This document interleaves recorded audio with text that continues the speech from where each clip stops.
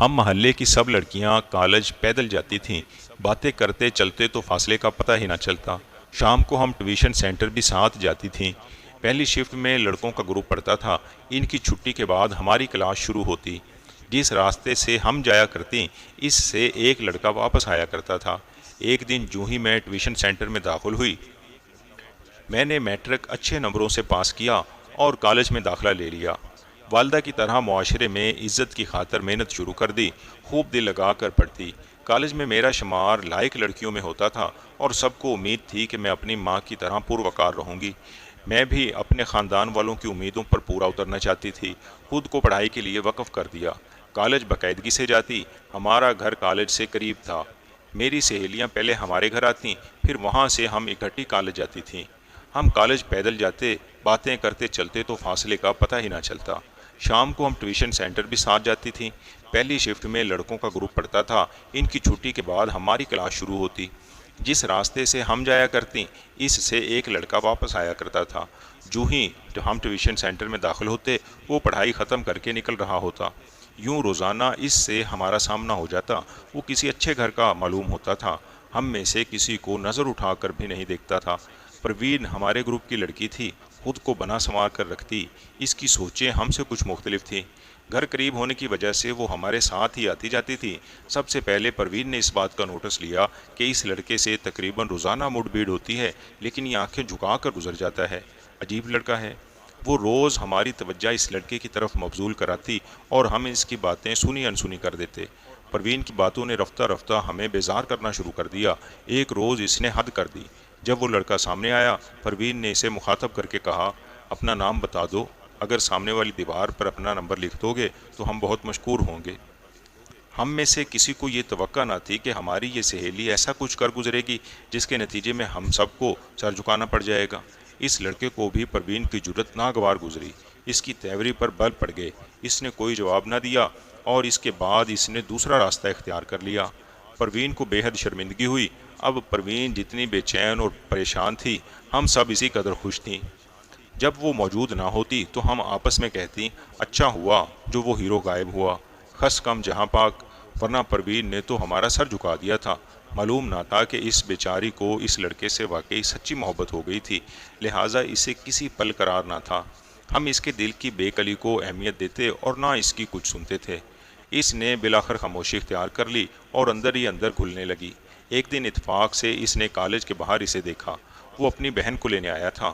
ہمیں معلوم نہ تھا کہ اس کی بہن بھی ہمارے کالج میں پڑھتی ہے، کیونکہ پہلے وہ کبھی ہمارے کالج کے باہر دکھائی نہ دیا تھا۔ پروین نے آئمہ کے ہمراہ اسے جاتے دیکھا تو اس کے چہرے پر معصوم سی مسکراہٹ پھیل گئی، جیسے کسی پیارے کی گمشدگی کا سراغ مل جاتا ہے تو امید کی روشنی سے مایوس دل منور ہو جاتا ہے۔ اگلے روز وہ آئمہ کے پاس گئی اور پوچھا کہ کل تم چھٹی کے بعد کس کے ساتھ گئی تھی؟ اپنے بھائی نوید کے ساتھ، یہ آئمہ نے بتایا۔ گویا پروین کو اپنی کھوئی ہوئی جنت کی نوید مل گئی تھی۔ اس نے ہم سب کو چھوڑا اور کسی طور آئمہ سے دوستی کر لی۔ حالانکہ وہ ایک کلاس جونیئر تھی، مگر پروین کو اس سے کوئی فرق نہ پڑتا تھا۔ اسے تو بہرحال نوید سے رابطہ کرنا تھا اور آئمہ ایک بہترین ذریعہ تھی۔ پروین نے قیمتی تحفے دے کر آئمہ کو پکی سہیلی بنا لیا تھا اور یہ دوستی اس قدر گہری ہو گئی کہ دونوں ایک دوسرے کے گھروں میں آنا جانا شروع ہو گئیں۔ آئمہ کے گھر جانے کی وجہ سے پروین نوید سے بات کرنے میں کامیاب ہو گئی، تاہم اس نے بہت احتیاط سے کام لیا۔ اسے اس لڑکے کے مزاج سے آشنائی ہو چکی تھی کہ اگر ذرا بھی فری ہونے کی کوشش کرتی تو بات چیت سے جاتی اور دیدار سے محروم ہو جاتی، لہٰذا جب نوید سے بات کرنے کا موقع ملتا سنجیدگی سے کرتی۔ جلد ہی پروین کو علم ہو گیا کہ وہ آرٹ کا اسٹوڈنٹ ہے، مصوری سے حد درجہ شغف رکھتا ہے۔ پس پروین نوید کے ساتھ آرٹ پر گفتگو کرتی، لائبریری سے انہی موضوعات سے متعلق کتابیں لا کر مطالعہ کرنے لگی تاکہ وہ زیادہ سے زیادہ اس موضوع پر بات کر سکے۔ یوں خاص پلاننگ کے تحت اس لڑکی نے اپنے پسندیدہ انسان کی توجہ اپنی جانب مبذول کرا لی۔ بہت کم کو اور بہت کم کسی سے گھلنے ملنے والا بالآخر پروین سے گھل مل گیا۔ اب وہ اسے اپنی بنائی ہوئی تصاویر بھی دکھانے لگا۔ وہ شام کو اپنے گھر کے باغ میں بیٹھ کر مصوری کیا کرتا تھا۔ پروین اکثر وہاں پہنچ جاتی۔ ایک دن جب کہ وہ تصویر بنانے میں منہمک تھا، پروین دبے پاؤں اس کی پشت کی طرف کھڑی ہو گئی، اسے مصوری کرتے دیکھتی رہی۔ نوید اپنے کام میں مگن تھا، اسے مطلق کسی کی آمد کی خبر نہ ہوئی۔ کافی دیر بعد بالآخر وہ بولی، واہ، کمال کر دیا تم نے! حیرت کی بات ہے کہ تمہارا یہ شہکار میری سہیلی کنول کی ہو بہو صورت ہے۔ اتنی شباہت ہے کہ لگتا ہے اسے اپنے سامنے بٹھا کر بنائی ہو۔ سچ بتانا، کس کے تصور میں ڈوب کر تصویریں بناتے ہو؟ ضرور کوئی خاص صورت ہے جسے ذہن میں رکھ کر یہ تصویر بنائی ہے تم نے۔ تمہارا تصور ہوتا ہے میرے ساتھ، وہ خوش دلی سے مسکرایا۔ میرا ہرگز نہیں، یہ مجھ سے تو نہیں ملتی۔ جس سے بھی ملتی ہو، لیکن تم چوروں کی طرح دبے پاؤں کیوں یہاں آئیں؟ میں تو روز ہی آتی ہوں، آج بھی آ گئی۔ سنو، کیا تم مجھے ایک دن کے لیے یہ تصویر دے سکتے ہو؟ ہرگز نہیں، میں کسی کو نہیں دے سکتا۔ ارے بھئی، اپنی تخلیق تو ہر تخلیق کار کو پیاری ہوتی ہے، لیکن ایسی تخلیق کا کیا فائدہ جسے کوئی دیکھ نہ سکے؟ تم نے تو دیکھ لی ہے، اب اور کس کو دکھانی ہے؟ جس کی تصویر بنائی ہے تم نے، اسے دکھانی ہے۔ پھر تو بالکل نہیں دوں گا۔ کیا فائدہ؟ جس کی تصویر بنائی ہے اسے خبر تک نہیں۔ ارے بھائی، میں نے کسی کی تصویر نہیں بنائی، یہ بس میرا تخیل ہے۔ اگر تخیل ہے بھی تو کمال ہے۔ یہ صورت میری سہیلی سے اس قدر ملتی ہے کہ اگر وہ دیکھ لے تو خوشی سے پاگل ہو جائے۔ واقعی؟ پھر تو میں بالکل نہیں دوں گا۔ خدا نہ کرے میری بنائی ہوئی تصویر کی وجہ سے کوئی پاگل ہو۔ جس کے لیے ہم جیتے ہیں، اگر وہی ہوش میں نہ رہے تو پھر ہم جی کر کیا کریں گے؟ مذاق کر رہے ہو یا سچ کہہ رہے ہو؟ کبھی کبھی سچ بات بھی منہ سے نکل جاتی ہے۔ کیا تم کنول کو پسند کرتے ہو؟ وہ خاموش رہا۔ تم اسی وجہ سے روز اس راستے سے جاتے تھے؟ بولو نا نوید، تمہیں قسم ہے۔ دیکھو، اگر تم مجھے رازداں بنا لو گے تو اس میں تمہارا ہی بھلا ہے۔ تم نے اگر اس معاملے کو اچھال دیا اور کنول بیچاری مفت میں بدنام ہو گئی، تب جانتی ہو کیا ہوگا؟ کیا ہوگا؟ پروین نے پوچھا۔ میں اس دنیا سے چلا جاؤں گا۔ راستہ بدلا تو دوبارہ اس راستے پر نہیں گیا تاکہ تم اسے بدنام نہ کر دو۔ حالانکہ جو دل پر گزری میں جانتا ہوں۔ پروین نے بڑی چلاکی سے وہ بات اگلوا لی جسے عمر بھر وہ کسی کو نہ بتاتا۔ جو صورت اس کے دل پر نقش تھی، اس کی سینکڑوں نہیں ہزاروں تصویریں بنانا چاہتا تھا، لیکن اس کا ذکر لبوں پر لانا نہیں چاہتا تھا۔ حقیقت یہ تھی کہ جب اس نے مجھے دیکھا، اس کے فنکار دل نے سرگوشی کی کہ یہی صورت ہے جس کی اسے تلاش تھی۔ اس نے مجھے دل میں بسا لیا، مگر بسا کر ساری دنیا سے چھپا لیا۔ نہیں چاہتا تھا کہ میری رسوائی ہو، میری بدنامی کا باعث بننا نہیں چاہتا تھا۔ تبھی آنکھیں جھکا لی تھیں اور کسی سے کوئی بات نہ کی، بس دیکھا اور دل پر ثبت کر لی۔ اب اپنے من پر نقش میری صورت کی وہ روز تصویریں بناتا اور پھاڑ دیتا تھا۔ بالآخر ایک دن وہ میری ہو بہو میرا عکس بنانے میں کامیاب ہو گیا۔ پروین جو اس کی چاہت میں مٹی جاتی تھی، حسد کی آگ میں جل اٹھی، مگر اپنے جذبات کا اس کے سامنے بالکل اظہار نہ کیا۔ وہ اس سے کھونا نہیں چاہتی تھی۔ کچھ بعید نہ تھا، اگر وہ اپنے جذبات کا اظہار کر دیتی تو نوید ناراض ہو جاتا اور وہ اس کی شکل دیکھنے کو بھی ترس جاتی۔ پروین نے سوچا کہ جب تک اس کا خیال اس کے ذہن میں بسا رہے گا، تب تک کسی اور کے بارے میں نہیں سوچے گا۔ لیکن کسی فنکار کے ذہن سے اس کے محبوب کے تصور کو کھرچ دینا آسان نہ تھا۔ تب اس نے ایک چال چلی۔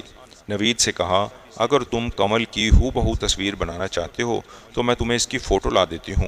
اسے سامنے رکھ کر تصویر بناؤ گے تو وہ بالکل ویسی ہی بنے گی جیسی وہ ہے۔ یہ بات سن کر نوید کے دل کی کلی کھل گئی۔ اگر تم مجھے کنول کی تصویر لا دو گی تو جو انعام تم مانگو گی ملے گا۔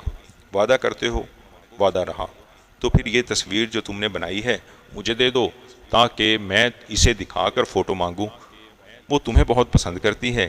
وہ نہ صرف تمہیں فوٹو دے دے گی بلکہ ہو سکتا ہے میرے ساتھ آ جائے، تمہارے سامنے بیٹھ جائے اور تم اسے دیکھ کر کینوس پر اس کی شکل منتقل کر سکو۔ انسان کتنا بھی سیانا ہو، وہ دل کے ہاتھوں پاگل بن جاتا ہے۔ نوید نے پروین کو اپنا رازداں سمجھ کر اس پر تکیہ کر لیا۔ اس نے کہا، میں یہ تصویر تمہیں نہیں دے سکتا کیونکہ اس میں مجھے کچھ کمی لگتی ہے۔ جب فوٹو لا کر دو گی تو اسے دیکھ کر جو تصویر بناؤں گا وہ لے جانا اور کنول کو دکھانا۔ پروین مان گئی۔ وہ میرے گھر آئی، بولی، ہم نے کالج کے آئی ڈی کارڈ کے لیے تصویر اتروانی تھی، کیا تم نے بنوا لی ہے؟ میں بولی، نہیں بنوائی، گھر سے کوئی ساتھ چلنے کو ہی تیار نہیں۔ میں اپنی تصویر اتروانے جا رہی ہوں، چلنا ہے تو میرے ساتھ چلو۔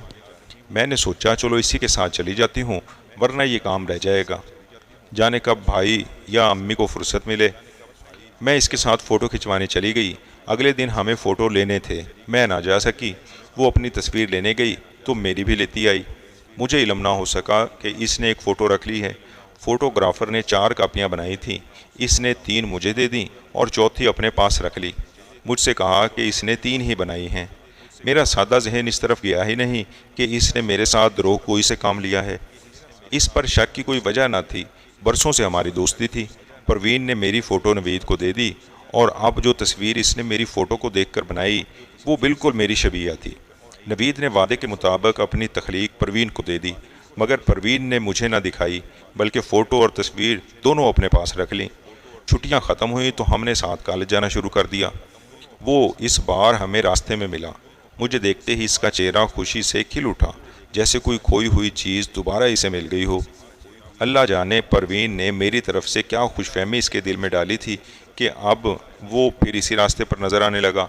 پروین نے بتایا کہ وہ مجھے دیکھنے کا اتنا شائق تھا کہ سخت گرمی میں بھی دھوپ کی پرواہ بھی کیے بغیر محض میری ایک جھلک دیکھنے آنے لگا تھا۔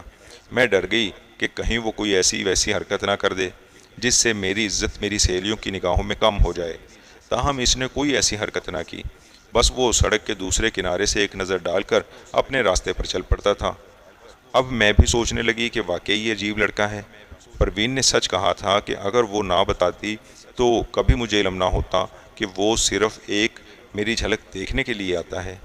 تاہم میں پروین کی مشکور تھی کہ اس نے یہ بات دوسری لڑکیوں کو نہیں بتائی تھی۔ اس طرح میرا پردہ رہ گیا۔ امتحان قریب آ گئے اور میں نے امتحان کی تیاری میں ہر بات کو پس پشت ڈال دیا۔ ایک دن آئمہ میرے پاس آئی اور پوچھا کہ جو تصویر میرے بھائی نے آپ کی بنائی تھی کیا وہ آپ کو اچھی لگی؟ کون سی تصویر؟ میں آئمہ کی بات سن کر حیران رہ گئی تو وہ خاموشی سے چلی گئی، کوئی بات کیے بغیر۔ تاہم اس نے ایک روز گھر سے مجھے فون کیا تو میں نے ٹالنے کے لیے کہہ دیا کہ آئمہ میں جلدی میں ہوں، بعد میں بات کروں گی۔ اب میں سوچ میں پڑ گئی، جبکہ آئمہ بار بار فون کرتی، کبھی امی اٹھاتی تو کبھی میرا بھائی۔ میں گھبرا گئی کہیں امی کو میرے اس معاملے کا علم نہ ہو جائے اور میں ناحق ماری جاؤں۔ امی سے زیادہ میں والد صاحب سے ڈرتی تھی، کیونکہ جانتی تھی کہ وہ ایسی ویسی کوئی بات میرے بارے میں برداشت نہیں کریں گے۔ انہی دنوں میرا رشتہ ایک اچھے گھرانے سے آ گیا۔ امی نے مجھ سے پوچھا کہ تم آگے پڑھنا چاہتی ہو یا ہم تمہاری شادی کر دیں؟ میں آگے پڑھنا چاہتی تھی، لیکن آئمہ کے فون کرنے پر اس قدر الجھی ہوئی تھی کہ سوچا شادی کے لیے ہاں کہہ دوں، پڑھائی بعد میں ہوتی رہے گی، کم از کم نوید کے معاملے سے تو جان چھوٹ جائے گی۔ ڈرتی تھی کہ کہیں ایسا نہ ہو کہ یہ دیوانہ کوئی غلط قدم اٹھا لے۔ وہی ہوا جس کا ڈر تھا۔ ادھر میری بات پکی ہو گئی، ادھر آئمہ کا فون آ گیا کہ میرے والدین رشتے کے لیے آپ کے گھر آنے والے ہیں۔ یہ بات سن کر میرے ہوش اڑ گئے، کیونکہ جان گئی تھی کہ آئمہ خود فون نہیں کرتی بلکہ نوید ہی اس سے فون کرواتا ہے۔ وہ پروین کو اس معاملے میں ڈالنا نہیں چاہتا تھا، اس نے اپنی بہن کو رازداں بنا لیا تھا۔ اب میرے پاس نوید سے بات کیے بغیر چارہ نہ رہا۔ آئمہ نے فون کیا کہ ہم کل آپ کے گھر آ رہے ہیں، تو میں نے کہا پہلے میری نوید سے بات کراؤ۔ اس نے فون پر اپنے بھائی کو بلایا تو میں نے نوید کو سمجھایا کہ دیکھو میری بات پکی ہو چکی ہے، لہٰذا اب میرا خیال اپنے دل سے نکال دو۔ وہ کہنے لگا خیال دل سے جائے نہ جائے، میری جانب سے آپ کو کبھی کوئی تکلیف نہ ہوگی۔ یہ کہہ کر اس نے فون رکھ دیا۔ تاہم اس بات کا اسے علم ہو گیا کہ پروین نے میری طرف سے جھوٹی باتیں بنا کر اسے کہیں اور اس نے یقین کر لیا کہ میں بھی اس کو چاہتی ہوں۔ اسی طرح اس نے نوید کو بھی دھوکے میں رکھا کہ فوٹو اور اس کی بنائی ہوئی تصویریں دے دی، جبکہ اس بارے میں مجھے لا علم رکھا۔ جب پروین کی کلئی کھل گئی وہ اس پر سخت ناراض ہوا اور اسے اپنے گھر آنے اور آئمہ سے ملنے سے بھی روک دیا۔ پروین نے نوید کے اس رویے کو اپنی توہین جانا اور اس کی بنائی ہوئی میری پینٹنگ فوٹو مجھے بذریعہ کوریئر ارسال کر دی۔ لفافہ والد صاحب نے وصول کیا، جو کہ عین میری منگنی کے روز پہنچا تھا۔ ابا جان نے لفافہ چاک کیا تو نوید کی طرف سے خط لفافے سے برآمد ہوا، جس میں لکھا گیا تھا کہ پہلے تم اپنی تصویر میں بنوانے میرے پاس آیا کرتی تھیں، اب کیا ہوا کہ آنا بند کر دیا ہے، اور میں تمہارے فراق میں تڑپ رہا ہوں۔ یاد رکھنا تم کل شام کو نہ آئیں تو میں تمہارے گھر کے سامنے جان دے دوں گا۔ والد صاحب خط پڑھتے ہی آگ بگولا ہو گئے۔ نوید کے ہاتھ کی بنائی میری تصویر اور فوٹو دونوں نے گویا خط کی سچائی پر مہر ثبت کر دی تھی۔ لفافے کی پشت پر نوید کا پتہ اور فون نمبر بھی درج تھا۔ انہوں نے فون ملایا، اتفاق کے نوید نے اٹھایا۔ والد تو آپے سے باہر ہو گئے۔ انہوں نے اسے گالیاں دی اور کہا کہ بغیرت شاید تیری کوئی بہن نہیں ہے، اگر ذرا سی بھی تجھ میں غیرت ہے تو جا کر دریا میں چھلانگ لگا کر ڈوب مر۔ آج میری بچی کی منگنی ہے اور تو نے ہماری رسوائی کا یہ سامان پوسٹ کر دیا۔ لگتا ہے کہ تو اپنے باپ کی اولاد نہیں ہے، ورنہ ایسا کبھی نہ کرتا۔ نوید کے گھرانے کو میرے والدین برسوں سے جانتے تھے کہ مدتوں سے وہ ہمارے محلہ دار تھے۔ تبھی ابا جان کو زیادہ پیش آیا کہ یہ لڑکا جو کل ہماری گودوں میں کھیلا آج ایسی جرت کر رہا تھا۔ وہ نہیں سوچ پائے کہ یہ کسی کی سازش بھی ہو سکتی ہے۔ بہرحال انہوں نے جو منہ میں آیا کہا اور یوں اپنا غصہ نکالا، پھر تصویر اور فوٹو میرے سامنے لا کر پھینک دیے۔ بولے اگر اس نامراد سے ناتا باندھ رکھا تھا تو پہلے منہ سے کیوں نہ پھوٹی؟ یہ تیری فوٹو گواہی دے رہی ہے کہ تو نے اس بغیرت سے ملاقاتیں کی اور وہ تیری تصویریں بناتا تھا۔ میں نے قسم کھا کر کہا ابا جان میں نے اسے اپنی فوٹو دی نہ میں تصویریں بنانے جاتی تھی، یہ سب میری سہیلی کا کیا دھرا ہے جو مجھ سے جلتی ہے۔ بہرحال منگنی کا وقت ہوا چاہتا تھا۔ اس وقت تو والد صاحب نے خاموشی اختیار کر لی۔ مہمان آ گئے، رسم ادا ہو گئی۔ پروین اپنی عیاری سے محبت کا مارکا سر نہ کر سکی۔ بیچارہ مصور اپنی جان سے گیا۔ فنکار تو ہوتے ہی حساس ہیں، لیکن وہ کچھ زیادہ ہی حساس تھا۔ والد صاحب کے برا بھلا کہنے پر اس قدر غمزدہ ہوا کہ اس نے سچ مچ دریا میں چھلانگ لگا دی۔ یوں اس نے خود کو تند لہروں کے حوالے کیا، کبھی واپس نہ آنے کے لیے۔ اس سے بغیرتی کا تانا برداشت نہ ہوا۔ جبکہ پروین کا کیا بگڑا؟ وہ آج بھی خوش باش ہے، بے فکری کی زندگی گزار رہی ہے۔ لیکن مجھے مصور کی خودکشی کا صدمہ لے بیٹھا۔ ہر وقت یہی سوچتی ہوں کہ اے کاش وہ نہ مرتا، جانے کیوں اس نے خود کو اتنی بڑی سزا دے ڈالی۔ زندگی جو اللہ تعالیٰ کی دی ہوئی نعمت ہے، اسے ٹھکرا کر اس جہان سے چلا گیا۔ کبھی نہ مٹنے والی خلش کو دل میں دبائے۔ ہر کسی سے کہتی ہوں کہ سہیلیاں سوچ سمجھ کر بنانا، کہ اچھی سہیلیاں جہاں کامیابی کی ضمانت ہوتی ہیں وہیں بری سہیلیاں دوزخ کی راہ دکھاتی ہیں۔